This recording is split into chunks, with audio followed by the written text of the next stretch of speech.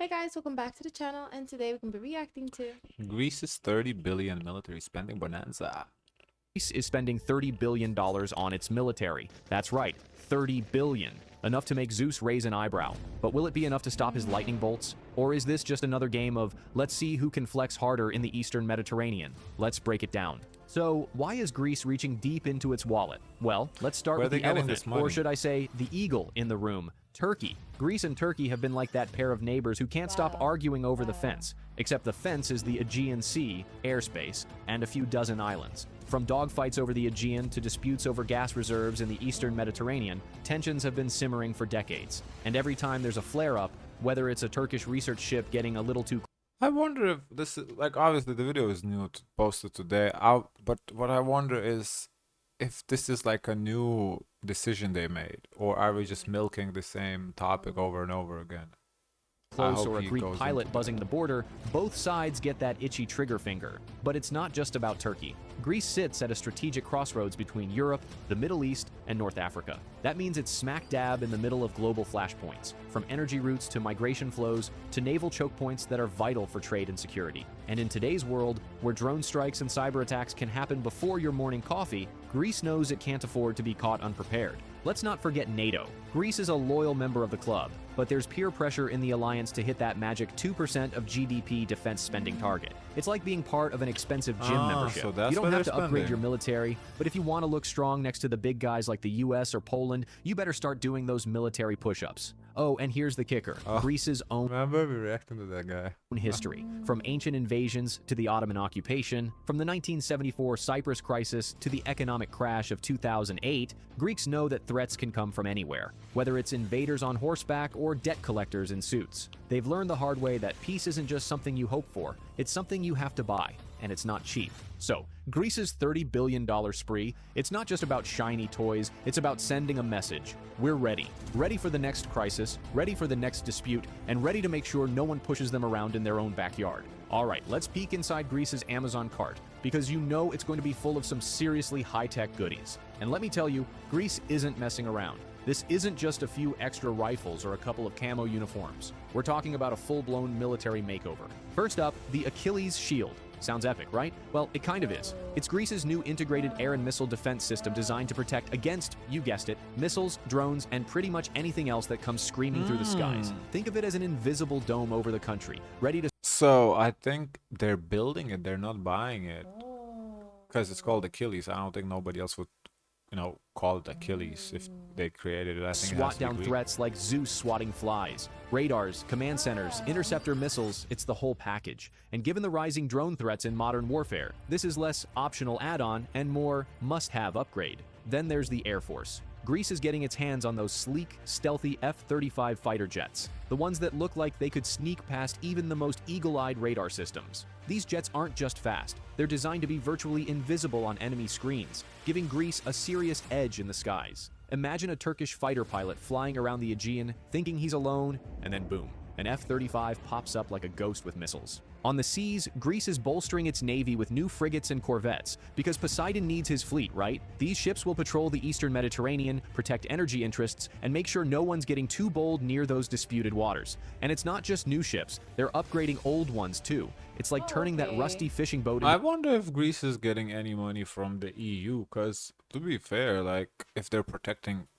energy interest, as he's calling it, they're protecting European energy interest, not just Greece. If energy flows into Europe through Greece, or energy interest plus we see like the immigration too. They have to protect the border. I feel like EU should give Greece some money for it. a high-tech battleship with upgraded sensors, weapons, and better defenses. And for the ground forces, tanks, baby. Upgraded Leopard 2s, modernized artillery, better communication systems, and even new personal gear for soldiers. No more duct-taped radios or boots with holes in them. Greece is making sure its troops aren't just showing up to the fight, they're showing up ready. So yeah, Greece's military card is stacked. It's like a teenager's birthday wish list, but instead of video games and sneakers, it's stealth jets, guided missiles, and armored vehicles. The only thing missing is a Zeus certified stamp on the box. Oh, and the price tag? Let's just say they tell us all this information, like exactly what their equipment does.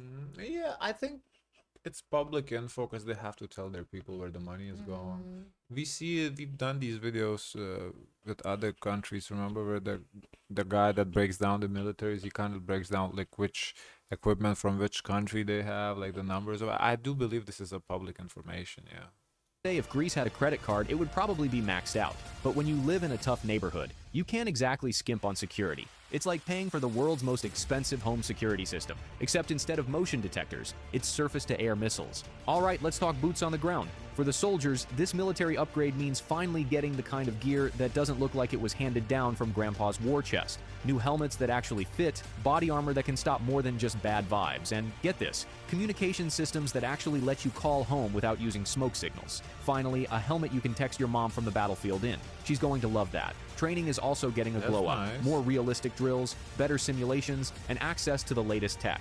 Imagine being a Greek soldier stepping into a modern tank for the first time. Remember the Google Glass thingy? I'm sure it's discontinued by now. If they have like similar technology for the helmet, that's actually pretty cool in the war. It's like going from a donkey cart to a Formula One car. But what about the civilians? That's where things get tricky. $30 billion doesn't exactly fall Not necessarily a phone call, but like if you could, I don't know, use technology for like enhanced vision or whatever, I don't know. from the sky. It has to come from somewhere. And in a country where economic Like a recovery is still a GPS, work you in know. progress, there's always that tanks versus hospitals debate. You'll hear it at the cafes. Should we really spend on missiles when the roads have potholes big enough to swallow a goat? Oh, It's a balancing act, one that damn. politicians, economists, and everyday citizens are all debating, probably over a frappe and a heated argument. So yes, the military's getting stronger, but the people are also wondering what they're giving up in exchange. More jobs in the defense sector? Maybe. But also maybe less money for schools, healthcare, or that pothole that's been on your street since 1997. I don't It's know a if this is classic case of actually national Greece, but it security looks versus bad. national needs. And in Greece, everyone's got an opinion. Let's zoom out and see how Greece stacks up in the NATO clubhouse. Greece's $30 billion spree puts it near the You're top. not really experiencing or going to war per se if you're not enlisted. Yeah, I think I am a little surprised that the Greeks don't necessarily want to spend on military, considering, you know, Turkey's next door.